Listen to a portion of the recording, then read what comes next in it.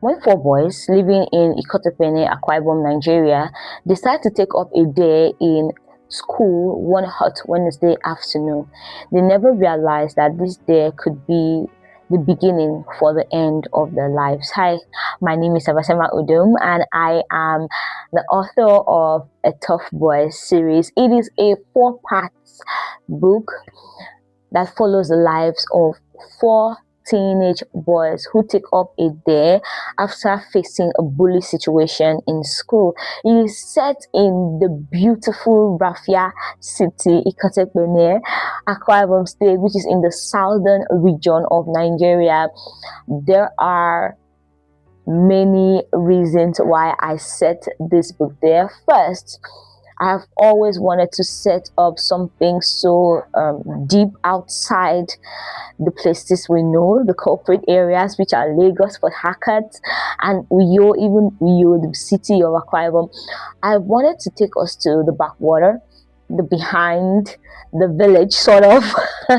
So, picking up the Top Boy series means you are traveling with me down to Akwa Ibom State and to the Anang region, which is Ikotepene main city. It's also called the Rafia city. So Ikotepene is the political headquarters for the Anang people, and this is where my story takes place. How should you read the Top Boys series? I always suggest you start from book 1, because book 1 is the foundation. Book 1 shows us the before the day and the event happens. Book 1 takes us behind the pivot, behind the critical rising of the entire series. Book 1 starts up with Editi, who has lovely Christian parents who have always wanted him to do the right thing, and as the usual teenager, he always rebels. His rebellion is the start point of this tragedy, of this death, of the scenes that we kind of follow throughout the series. So Editi and has this mindset that his parents would basically be glad if he was gone. After the day occurs and his life is in danger, one of his final thoughts is, I know my mom would be so glad that I'm gone. For all the troubles I've caused her, she would be so excited that this has happened. It is the usual teenage pull back and forth, which always ends up with, my parents knew better. If I had known, I would have obeyed them, because I know for a fact that they knew better. They knew better than me. Now book 2 is ASUNDER, and it follows Benson's story. Benson is the kind of teenager that you might see as the rebellious kid in the group. However, a look back at his family life tells us that lots of young people are going through things they might not really be able to explain. I kind of explored guilt, maybe a little bit too much, as my reviewers tend to say with this book. So Asunda takes us to a runaway. Benson ends up running away from home, and after this day, and he puts his life in danger. There are lots of forces that combine together to help Benson destroy himself. And when this force comes into play, we find that it is not a physical force, it is kind of a psychological, speculative, supernatural force. So the Top Boy series is not basically about how teenagers react, it is also how their worlds react alongside with them. And book 3, which is coming on the 7th of August, yay, follows loss, grief, pain, and the way we deal with it. So Chimboeze has lost his dad, and he is also facing his own situation. There is a curse in the family, and it's out to get him. He moves over to this new city, the Rafia city of Akwa Ibom State, and he meets these boys that will take him on this day and begin his journey to face off with death. Chimboeze's story is kind of a personal deep dive for me, because I explore the possibility of having an Anang grandmother. I have been hearing stories of the Anang, typical Anang grandmother, and I kind of make myself a Chimboeze here in this story and try to experience the love of this Anang grandmother I never got to meet. It is the third book in the series, and even if you can read from any point of the series and still follow along, I always advise that you start from book 1 to book 2 and then book 3. But well, don't take my advice for it. You might even start from book 4, which will come out in September, and book 4 is going to be Wonder. We have the final boy in the series, the piece that completes the puzzle, the thing that will tell us the behind of this boy's mentality and why on earth they take up such a deadly dare. Because no one just does things randomly. There is rationale behind action. And Namso's story is the final piece in the puzzle. He comes in as a boy who is happy, loves to take care of every other person in the friend group, but actually might be the most broken.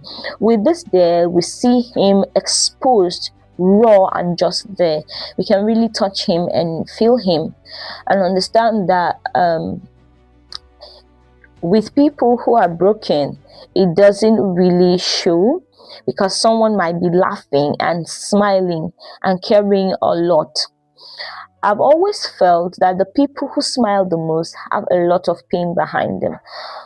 I don't know how true this is, but from my personal research, lots of the people who smile a lot and embody completion, embody perfection, are actually some of the most broken, some of the most angry, some of the most burnt out people.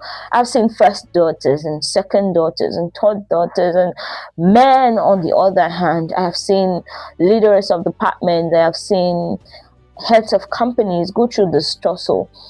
And bringing a teenager into this had to make me go back to think, what if there were younger children in school with me who might have been facing backlash during lessons for not being focused enough, for not being intelligent enough, but they were going through the roughest of situations. Particularly comes to mind a classmate of mine that would smile the most and laugh the most, but she would do badly in tests because she always says, I forgot it. What if this was the case? It just takes me back a little bit to the fact that teenagers also go through a lot. This series has been, for me, an eye-opener, a moment of asking myself if I treat the younger people around me with kindness, because I see them and sometimes I might be tempted to just dismiss them, right?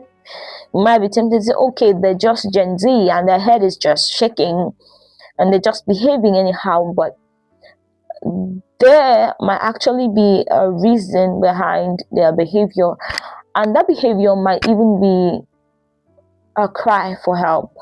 This series is for the young person who is going through situations, bullying, shame, pain, depression, anger, grief. It is for the young person who is not doing well in school and who is in a fix right now.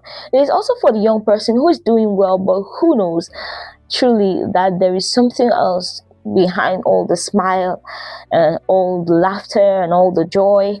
And the reason why he or she is joining a lot of clubs and departments is because they're trying to find something to fill the void. This series is also for parents who have teenagers who might be dealing with their tantrums and they are acting out and may not know exactly how to confront them.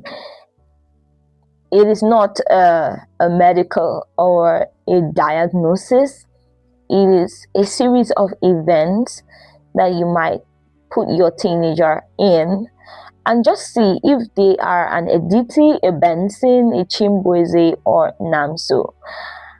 I am especially looking forward to August 28th when the entire series will be in a print collection, and hopefully I get to tour but physically and virtually.